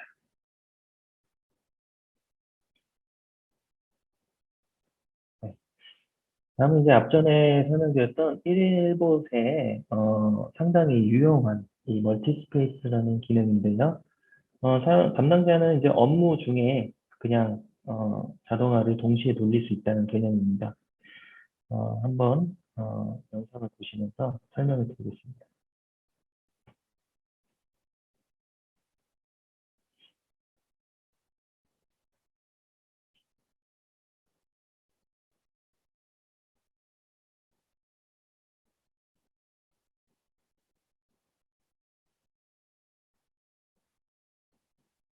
좀 멈춰서 이 1인 1보시라고 하면은 아무래도 이제 전사 확산을 많이 하게 돼 있고 그다음에 이제 뭐 중소기업도 마찬가지겠습니다만 이런 구독형 서비스뿐만 아니라 어, 개인 비서처럼 실제로 오피스처럼 툴처럼 설치해서 사용할 수도 있겠습니다. 여기 보시면 지금 멀티스페이스라는 창이 뜨게 되고 가상 공간이 이렇게 뜨게 되는데요. 이 가상 공간은 이 동일한 윈도우 내에 그 다른 별도의 계정, 다른 섹션이라고 생각을 하시면 됩니다. 여기 보시면 네, 제가 뭐 하나 만들었습니다. 뭐 제가 처리할 업무를 알려주세요. 이렇게 지금 이 붓이 떴죠. 단축키를 누르니까 네이버 기사 검색 좀 해줘. 해볼까? 뭐 이렇게 엔터를 치면 네, 이 지금 오른쪽 편에 가상 공간에 수행이 됐고요. 검색어 어떤 검색어를 검색할까요? 이렇게 지금 메시지가 떴고 시뮬레이션이라고 쳐봐 하면 예, 바로 그냥 검색이 됐습니다. 검색 결과는 이겁니다. 이렇게 떴고요. 그 다음 이제 메인 화면에서는 제가 그냥 뭐 하고 싶은 거 합니다. 검색도 해보고요. 뭐 여러 가지 해보는데요. 여러 가지 검색도 해보고, 그러다가 갑자기 이제 제가 업무를 돌려야 돼. 그러면 제가 처리할 업무를 다시 또 알려주세요. 이렇게 비서처럼 또 뜨죠? 자, 채용 정보 좀 인크루트에서 검색해줘. 라고 치면요. 자, 이제 가상 공간에서는 이제 검색을 막 할 겁니다. 검색을 막 해서, 예, 요, 오른쪽에 보시면 실제로 브라우저가 뜨면서, 예, 실제로 막 검색을 했죠. 예, 검색한 결과들입니다. 그래서 채용 정보가 이렇게 지금 있습니다라고 보여주게 되고, 이거를 TTS 같은 걸 붙이면 실제로 말로도, 스피커로도 나오겠죠. STT, TTS를 붙이면 말로도 명령을 할 수 있고, 말로도 들을 수 있고요. 갑자기 또 생각났습니다. 그래서 나라장터에서 공고, 검색 좀 해줘. 라고 치니까, 이 멀티스페이스 공간에, 예, 지금 수행이 됐고, 어떤 공고를 검색할까요? RTA 공고를 검색해줘. 그럼 저는 그냥 할 거 하는 것 중에 이렇게 공고 검색을 했습니다. 그래서 이런 공고가 있습니다. 이거를 엑셀로 저장을 할 수도 있고, 메일로 보낼 수도 있고, 다 수행을 할 수 있습니다. 그래서 또 수행을 했죠. 이번 연도, 초에는도 매출 합계 좀 알아봐. 알아보실래? 자, 그럼 이제 매출 합계를 이제 홈택스에서 합계를 낼 겁니다. 아까 이제 제가 이제 명령을 날릴 때 이런 부분에 보통 이제 NLP나 MRC 이런 것들을 자연어 처리를 하게 되면 좀 더 명령을 확실하게 할 수가 있고요. 오른편에 보시면 다 인증서까지 지금 로그인을 해서요. 매출을 지금 계산하고 있는 행위가 보이실 겁니다.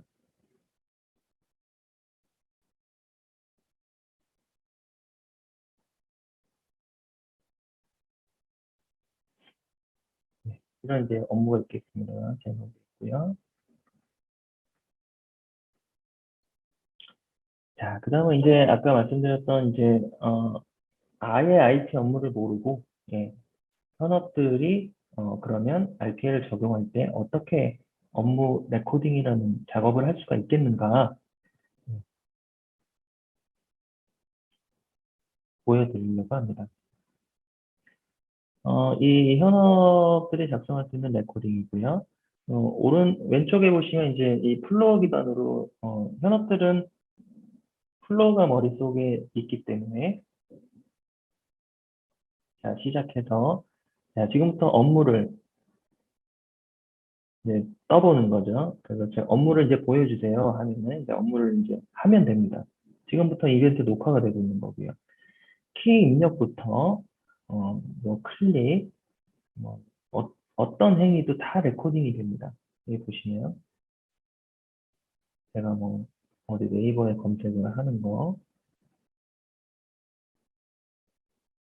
여기까지는 제가 하면 네, 이 이벤트가 이렇게 보이고요.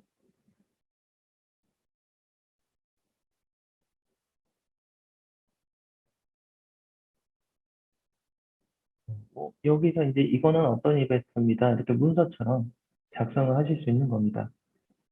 실행 창이었고 흐름을 기입력한 거다. 이런 설명을 다는 거죠. 디스크립션만 달고 그다음에 혹시나 여기서 이제 민감한 부분이 있을 수 있거든요. 예를 들면 민감한 정보들이 있거나 주민등록번호라든지 아니면 이런 정보들 이런 정보들이 있다면 이 이미지를 이제 마스킹 처리할 수도 있게 수정을 할 수도 있고요. 그래서 이제 제목과 이렇게 설명들을 적어 놓습니다. 아무래도 이제 실제로 RK 전담팀에 넘길 때 좀 더 편하겠죠. 그래서 원래는 이거를 다 문서로 해서 만들고 했었는데 이렇게 클릭한 부분도 나오게 돼 있고, 마스킹이 돼 있거나, 뭐 박스를 치거나, 이거는 이제 현업이 원하시는 대로 할 수가 있습니다. 하면 쉽죠. 예. 언어를 몰라도 되고, 이렇게 해서 스크립트 작성을 하는 겁니다.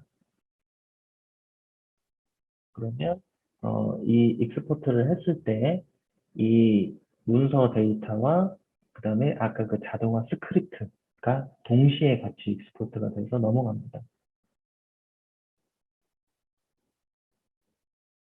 브라우저 실행한 부분이다. 네이버 접속한 거다.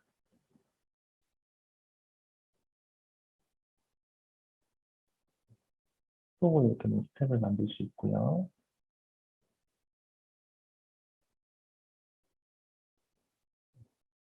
그러면 또 이제 검색어 입력도 한번 해보고요.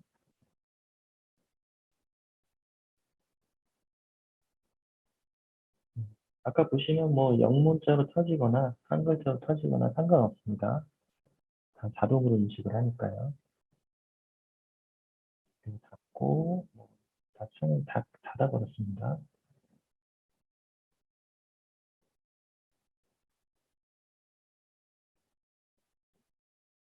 그러면 그 이벤트별로 이렇게 아까처럼 하는 것이 있고요.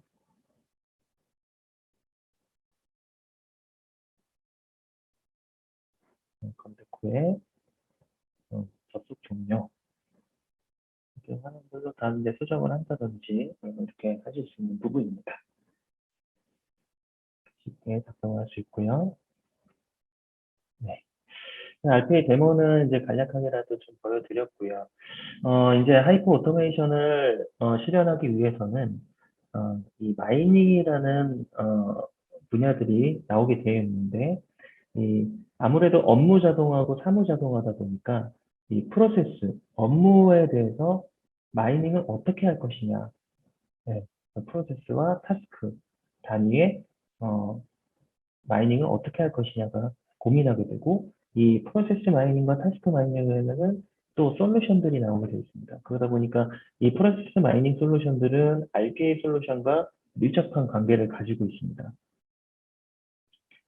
예, 프로세스 마이닝과 타스크 마이닝에 대해서 간략히 설명을 드리면 프로세스 마이닝은 고객이 RPA 자동화의 가시적인 결과를 좀 측정하고 그 다음에 지속적으로 프로세스를 또 모니터링 개선할 수 있도록 이런 객관적인 도구를 제공하는데 이 뭐 로우 데이터 기반의 이제 프로세스 디스커버리라고 하는 것이 뭐냐면 업무를 이제 좀 뽑아내는 예를 들면 뭐 어세스 로그나 DB나 ERP 로그나 이런 로그들을 기반으로 이 마이닝 솔루션에 돌리게 되면 자동화될 업무, 그 다음에 뭐 담당자별로, 업무별로 이게 얼만큼 누가 하고 있는지 또는 RPA 관점에서는 자동화할 대상이 뭐뭐뭐입니다.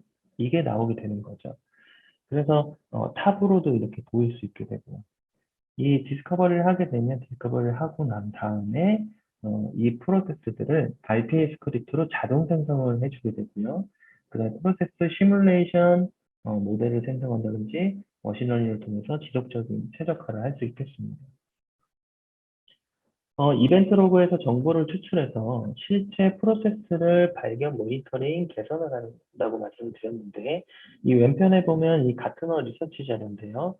뭐 CRM에 있는 로그, 뭐 ERP에 있는 로그, 뭐 이런 여러 로그들을 또 마이닝 레퍼토리에 이제 쌓으면서 분석을 하게 됩니다. ERP 시스템, 뭐 CRM, 뭐 이런 여러 시스템, 그다음 공급망 실행 시스템에서 항목들이 돼 있고 이 이벤트 로그가 프로세스 마이닝에서 분석을 하게 되면 프로세스를 실행하는 동안 정확히 어떤 일이 발생했는지 한눈에 보일 수 있다는 장점이 있습니다. 사실은 그 대상 인더스트리 같은 경우는 뭐 제조나 물류, 유통 이런 데서도 상당히 유용하게 쓸 수 있는 게 바로 이 프로세스 마이닝이고요. 프로젝트의 예외 현상이나 병목 현상, 적합성 검사 또는 뭐 프로세스 자동화 대한 뭐 향상을 시킬 수 있는 기회를 찾거나 이런 것들이 바로 한눈에 보인다는 장점이 있습니다. RPA 업무 자동화를 도입할 때 이제 대상 업무 선정을 어떻게 할 것이냐가 상당히 어려워요. 뭐 중소기업도 마찬가지지만 대기업도 마찬가지고 그럼 도대체 어떤 업무를 자동화를 해야 돼?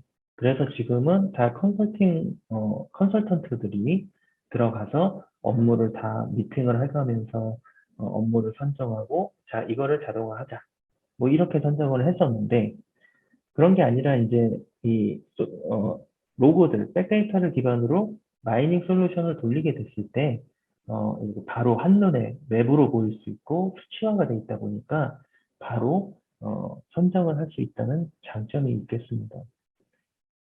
그래서 여기 보시면 업무 프로세스 분석 예시가 가운데 이렇게 표로 다 보이실 거고요. 탑으로 이렇게 랭크별로 보일 수 있겠습니다. 네, 그러면 이제 프로세스 마이닝과 타스크 마이닝에 대해서 좀 설명을 드릴 텐데요. 프로세스 마이닝 같은 경우는 뭐 예를 들어서 쉽게 말하면 크게 전체적으로 뭐 공정을 따지면 처음부터 끝이라고 생각을 한다면 타스크 마이닝은 그 안에 이제 단위라고 보실 수 있겠는데요. 예를 들면 아까 앞전에 설명드렸던 현업 레코딩 툴처럼 타스크 마이닝 레코딩을 해가면서 마이닝을 해주는 겁니다. 이 업무가 너는 뭐야? 이렇게 뽑아주면 이 프로세스 마이닝과 연계가 되어서 한눈에 볼 수가 있겠고요. 그래서 프로세스 마이닝은 RPA가 일부 적용돼 전체 프로세스를 지속적으로 모니터링해서 추가적인 개선 기회를 도출을 하고 RPA 적용 프로세스를 결정하고 우선순위를 정하는데 정확한 정보를 제공을 하고요. RPA 도입 전후의 데이터 기반의 비교 분석, 개선을 위해서 정확한 데이터를 제공하는데 타스크 마이닝은 좀 더 상대 단위, 액션 단위라고 생각을 하시면 될 것 같습니다. 네, 그럼 이제 한번 보겠습니다. 예를 들어서 자동으로 사용자 업무를 캡처하고 데이터를 업로드하면 자동으로 분석을 하게 되고요. 타스크 마이닝 같은 경우는 이벤트별로 분석을 하게 돼 있고요. 그다음 AI 관련된 서버를 통해서 AI 기술을 통해 이 마이닝을 하게 됩니다. 그리고 자동화된 대상 업무를 뭐 추천을 해준다든지 머신러닝 기반의 자동 프로세스를 자동으로 선정을 해줍니다. 그리고 RPA 스크립트로 자동 생성을 해주고요. 네.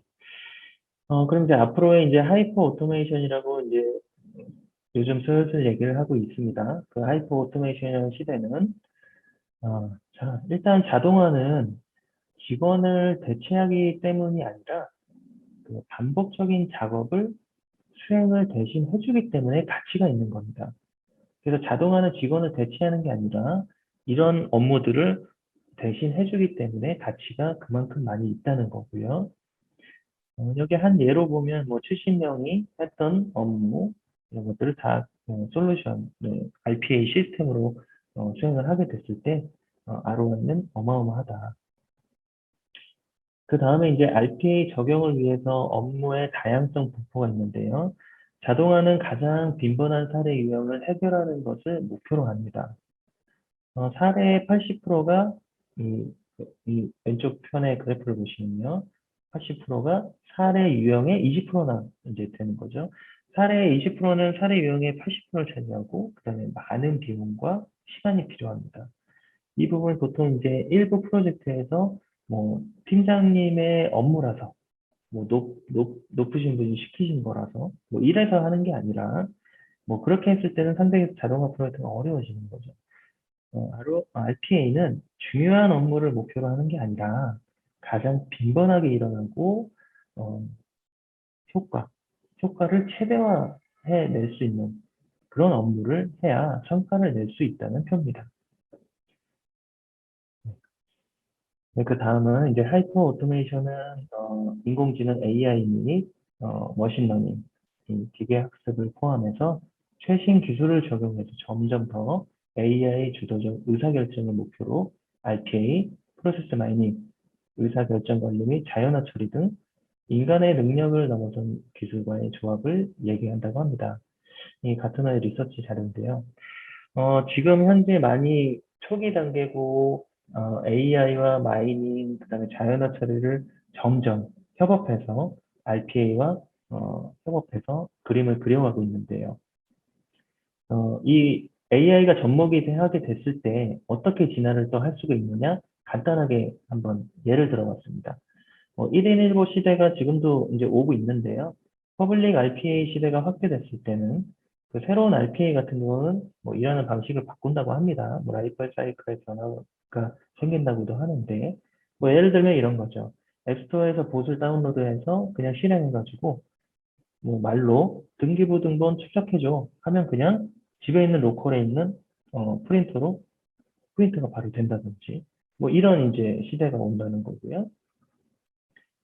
그냥 복잡한 업무와 의사결정 프로세스 처리를 위해서 프로세스 마이닝, 아까 이제 광학 문자 인식 기술인 OCR, 이미지 비전, 분석, 사용자 경험 및 머신러닝이 꼭 필요하다고 합니다.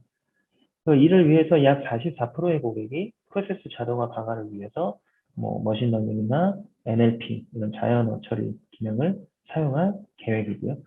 19년도에 발표를 했는데 사실 20년도부터 많이 적용을 하려고 시도를 했고 지금도 머신러닝 및 자연어 처리에 대해서 많이 적용을 하려고 합니다. 그래서 24년도 하이퍼 오토메이션 기술과 재설계된 운영 프로세스를 결합해서 회사 내 운영 비용을 30% 절감할 수 있다. 이것도 가트너 리서치 자료입니다. 네, 하이퍼 오토메이션을 이제 한번 그림으로 그려봤습니다. 이 RPA라는 것이 사실은 플랫폼 채널 역할이 앞으로는 되게 될 것입니다. 그래서 이 RPA는 프로세스 마이닝, NLP, 머신러닝, AI 엔진, 비전, OCR 이런 여러 가지 이제 AI 모듈과 플랫폼을 같이 협업으로 진행을 하겠고요.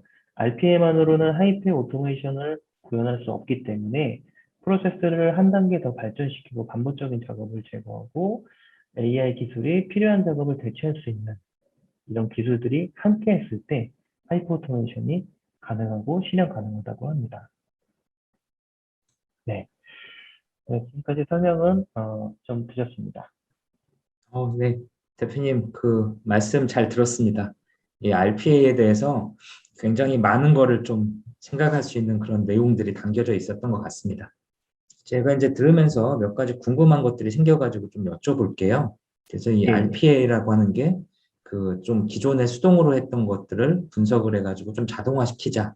근데 과거에는 룰 베이스로 했던 부분에 있어서 지금은 뭐 데이터 중심의 뭐 인공지능이나 이런 기술을 도입해서 좀 더 그 시대 트렌드에 맞춰서 뭐 이런 걸 개선시키자. 뭐 이런 형태로 지금 RPA가 진화하고 있는 걸로 좀 느껴집니다. 그래서 네. 이제 이런 부분에 대해서 보통 이렇게 RPA 굉장히 좋은데 우리 회사 도입해야 돼라고 했을 때 아까 이제 뭐 기존에 그 들어가서 업무 분석하는 컨설팅도 하고 아니면 로고 데이터를 분석해서 이걸 기반으로 이제 좀그 RPA 범위나 이런 거 정한다고 말씀하셨잖아요. 그 네. 보통 이렇게 말씀을 주시면 좀 감이 잘 안 와닿는데 예를 들어서 그 직원이 한 30명인 회사에 이 RPA 도입을 할 경우에 시간과 비용이 얼마나 들어가는지 이런 간단한 예시를 좀 들어주실 수 있을까요? 일단 완전히 이제 정략적으로 이렇게 딱 수치화할 수는 없겠지만 일단은 그 30명이라고 하더라도 업무에 대해서 업무 효율이 얼만큼 날 수 있는 업무냐 이거를 선정하기는 상당히 어려운데요. 그러다 보니까 이제 담당자와 인터뷰를 많이 하게 되고요. 그 인터뷰를 해서 실제로 단순 반복적인 업무들을 한번 쭉 나열을 해보는 것도 좋을 것 같고요. 아무래도 컨설턴트들이 들어가면 쉽게 말하면 비용적인 측면이 좀 부담이 될 수 있기 때문에 실제로 담당자는 자기 업무를 가장 잘 알고 그냥 단순 반복적인 업무들을 분명히 고심을 하고 있을 겁니다. 그래서 그렇게 인터뷰를 통해서 하게 되면 수치화로 했을 때는 사실은 뭐 일주일도 걸리지 않는 그런 어, 기간에 적용을 할 수 있고요. 그 다음에 이 프로세스 마이닝을 또 적용을 만약에 디스커버리 같은 경우는 큰 대기업이 아니더라도 실제로 그 로그 데이터, 백데이터만 있다면 바로 적용이 가능하기 때문에 그 솔루션을 한번 디스커버리 돌리게 되면 실제로 3개월치, 6개월치, 1년치 뭐 이런 데이터를 바로 그냥 수행을 해보면 바로 그냥 자동화 업무가 대상이 나오기 때문에 그거는 오히려 인터뷰 없이도 바로 이제 적용을 할 수 있는 그런 솔루션 베이스의 쉬운 그런 방법이 있겠습니다. 네. 그러고 이제 또 궁금한 것들 중에 하나가 지금 이게 해외 동향은 지금 어떤 식으로 흘러가고 있나요? 국내 동향이나 전반적인 건 대표님이 잘 설명을 해주셨는데 해외에는 뭐 지역별 특성이 있는 것인지 아니면 해외에는 이런 부분에 관련된 뭐 전체적인 분위기나 이런 게 어떤 식으로 흘러가는지 뭐 이런 것들 좀 한번 말씀 주시면 좋겠습니다.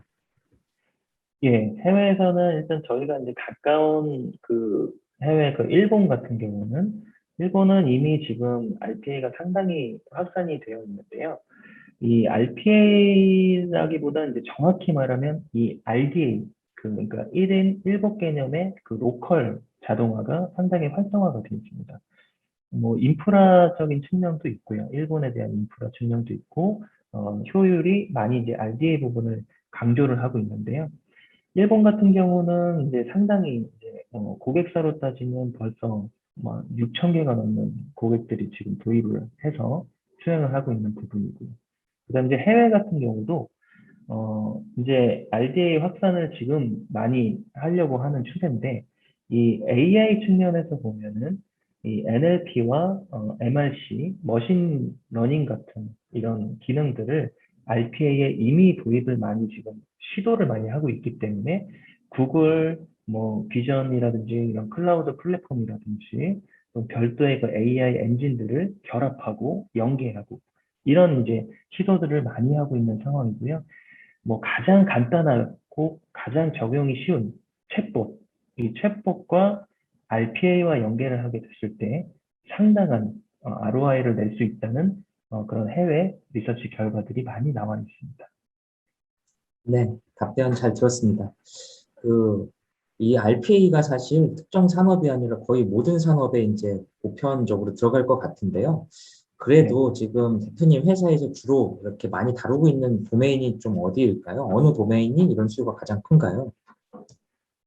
아무래도 지금 초반에는 그 금융권사들이 아무래도 IT 트렌드가 금융에서 보통 많이 시작을 하지 않습니까? 이제 그러다 보니까 금융권사는 이미 지금 뭐 3차, 4차 프로젝트를 다 진행을 하고 있는 상황인데, 요즘에 많이 나오는 이제 분야가 이제 공공 분야입니다. 그 공공 산업 분야에서 아무래도 지금 공공도 DT에 대한 많이 고민을 하게 되고, 그, 어, 일하는 그런 업무 혁신, 이런 것들을 많이 지금 또 고민을 많이 하고 있기 때문에, 공공에 뭐 예를 들면 뭐, 나라장터라든지 이런 데 공고도 많이 올라오게 되고 있는 지금 상황이고요. 그 다음에 이제 중소기업. 이제 중소기업 같은 경우도 대기업이 이렇게 복잡한 업무부터 시작을 하는 게 아니라 간단한 단순 반복 업무부터 이제 뭐 사스나 이런 업무, 뭐 ASP 같은 업무로도 많이 이제 니즈가 생기고요. 구독 형태로 뭐 예를 들면 뭐한 달에 뭐 10만 원, 뭐 5만 원 이런 식으로 결제를 해서 바로 나는 그냥 정기적으로 알려줘. 뭐 기사 검색해줘. 이런 것들도 이제 니즈가 많이 생기고 있습니다. 네, 말씀 잘 들었습니다. 요걸 좀 약간 포괄적인 질문 하나 좀 드리고 싶은데요. 지금 DT 비즈니스라고 해서 저희가 세미나 주제를 잡고 있는 이 내용에 대해서 사실 이제 기업에서 이런 거를 수용을 해줘야 되잖아요. 네. 대표님 입장에서는 이런 기업 대표 또는 기업의 의사결정권자들이 이런 비즈니스 DT에 대한 어떤 자세를 좀 갖는 게 중요한지 좀 의견을 부탁드리겠습니다. 사실은 처음에 그 RPA가 처음에 국내에 나왔을 때도 이런 사실 좀 문제들이 있었죠. 그래서 처음에 나왔을 때 자동화는 안 된다, 실패한다부터 해서 그다음 비용적인 뭐 측면도 있겠고요. 그래서 사실은 이 AI나 이 DT라는 것이 장기적으로 봤을 때는 상당히 혁신적이고 개선이 될 수 있는 부분이기 때문에 실제로 의사결정권자분들이 보시기에 장기적으로 보면 상당히 효율이 되고 이 AI와 결합을 해서 같이 갈 수밖에 없는 게 사실은 AI거든요. 그래서 얼마 전에 뭐 그 손정혜 선도 뭐 국회에 가서, 저기 청와대도 가서 뭐 첫 번째도 AI고 뭐 둘째째도 AI고 끝에도 AI라고 말을 한 것처럼 앞으로 점점 더 그 일하는 그런 라이프 사이클도 변화가 될 거고, 이러다 보니까 저는 DT가 상당히 어, 해결책이 되지 않을까 이런 생각이 들고요. 앞으로 이 모든 분야에서 일하는 방식이 많이 변화가 되지 않을까 싶습니다. 네. 그러면 마지막으로 좀 여쭤보고 싶은 질문이 있는데요. 뭐 방금 전에 말씀 주신 것처럼 이런 DT 비즈니스가 굉장히 중요하고 모든 부분에 인공지능에 관련된 기술이 들어갈 것이라고 예측을 하는데요. 그럼 대표님이 생각하시는 상황에서 앞으로 뭐 단기적인 미래, 뭐 3년 내 도래할 미래, 그다음에 중장기적인 미래, 5년 이후에 등장할 미래 이런 것들에 대해서 좀 간단하게 한번 말씀을 해주시면 감사하겠습니다. 지금 현재 AI는 지금도 쉽게 말하면 AI가 앞단에서 보면 상당히 보기는 좋습니다. 근데 사실 뒷단에서는 소위 말하는 노가다 같은 업무들을 많이 할 수밖에 없는 거거든요. 예를 들면 데이터를 수집하는 거, 또 라벨링을 하는 거, 분류하는 거, 이런 것들이 수작업으로 하는 AI 업체들이 사실 거의 대부분이죠. 그러다 보니까 그 수작업으로 하는 업무들이 점점 더 최소화가 될 거고, 이런 부분에 자동화가 도입이 될 것이라고 생각이 들고요. 그다음에 이 자동화에 대해서 아까 이제 인지와 뭐 좀 더 인지 자동화라든지 이런 것들이 좀 더 적용을 하게 되니까 앞으로는 생태계가 플랫폼 형태로 많이 갈 것이라고 생각이 됩니다. 그래서 RPA도 RPA 플랫폼, 그다음에 뭐 AI도 어떤 플랫폼으로 제공을 해서 어떤 플랫폼과 플랫폼 단위에 이미 이제 뭐 가상화나 뭐 도커나 이런 것들을 통해서 많이 플랫폼화가 되고 있고, 지금 개발 같은 경우도 어떤 언어를 뭐 몰라도 플랫폼화가 많이 되고 있는 그런 실정이기 때문에 저는 이런 DT에서도 마찬가지라고 생각이 듭니다. 그래서 많이 그렇게 개선이 될 거고, 앞으로는 여러 AI, 뭐 AI 가속기가 될 수도 있겠고요. AI 무슨 어떤 분석이 될 수도 있겠고요. 이런 여러 분야들이 다 하나로 이제 플랫폼 형태로 다 이어지게 되면 상당히 진짜 소위 말하는 아이언맨의 자비스처럼 뭐 그렇게 되는 날이 점점 빨라지니까요. 점점 오지 않을까 그런 생각을 해보고 기대해보게 됩니다. 네, 대표님 장시간 좋은 말씀해 주셔서 감사합니다. 관련해서 앞으로도 이런 좀 디지털 전환에 관련된 이런 그 어떤 세미나나 이런 내용에 있어서 대표님이 좀 더 이렇게 많은 인사이트를 주시고 뭐 관련된 실질적인 해결책도 좀 제안해 주실 수 있는 자리를 한번 저희가 만들어 보도록 하겠습니다. 그러면 좀 여기서 인사를 드리고요. 네. 네, 감사합니다. 네, 지금까지 저희가 6주 동안 서울 스마트 시티 센터와 함께하는 디지털 전환에 관련된 비즈니스 혁신 세미나를 진행을 해왔습니다. 그래서 인공지능부터 시작해서 뭐 클라우드, 그다음에 빅데이터, 웹, 그다음에 기업에 관련된 여러적인 조직 혁신에 대한 사례들, 그리고 블록체인에 관련된 부분, 그다음에 RPA에 관련된 부분까지 굉장히 폭넓고 다양한 전문 기업과 전문가분들을 섭외해서 이런 내용들을 좀 달아서 진행을 했습니다. 아쉽게도 이제 저희가 준비한 세미나는 여기서 이제 마무리를 지으려고 하는데요. 저희가 지금까지 진행했던 세미나들은 실습과 전문가 강의, 그리고 패널 토의를 통해서 이런 내용들을 좀 정리하고자 노력을 했습니다. 이러한 자세한 내용들은 저희 매직의골 사이트에 들어오셔서 서울 디지털재단 페이지를 들어오시면 저희가 진행했던 모든 강연별로 이렇게 강좌가 개설되어 있습니다. 그래서 강좌에 등록하고 들어오시면 관련된 세미나 내용들을 계속 보실 수가 있게 되고요. 그 다음에 저희가 거기 멘토링 게시판에 궁금한 점들을 올려주시면 저희가 이 강연했던 전문가분들하고 좀 연결을 시킬 수 있는 그런 방법을 찾아서 답변을 드리도록 하겠습니다. 지금까지 서울 스마트시티 센터와 함께 디지털 전환 시대 비즈니스 혁신 세미나에 대한 내용들을 좀 살펴봤는데요. 앞으로도 관련된 부분들은 저희가 서울 디지털재단, 서울시와 함께 계속해서 한번 좋은 방향을 찾아보도록 하겠습니다. 저는 지금까지 이 세미나 전체를 진행했던 매직에코의 최재규입니다. 앞으로 좋은 기회에 다시 뵙도록 하겠습니다. 감사합니다.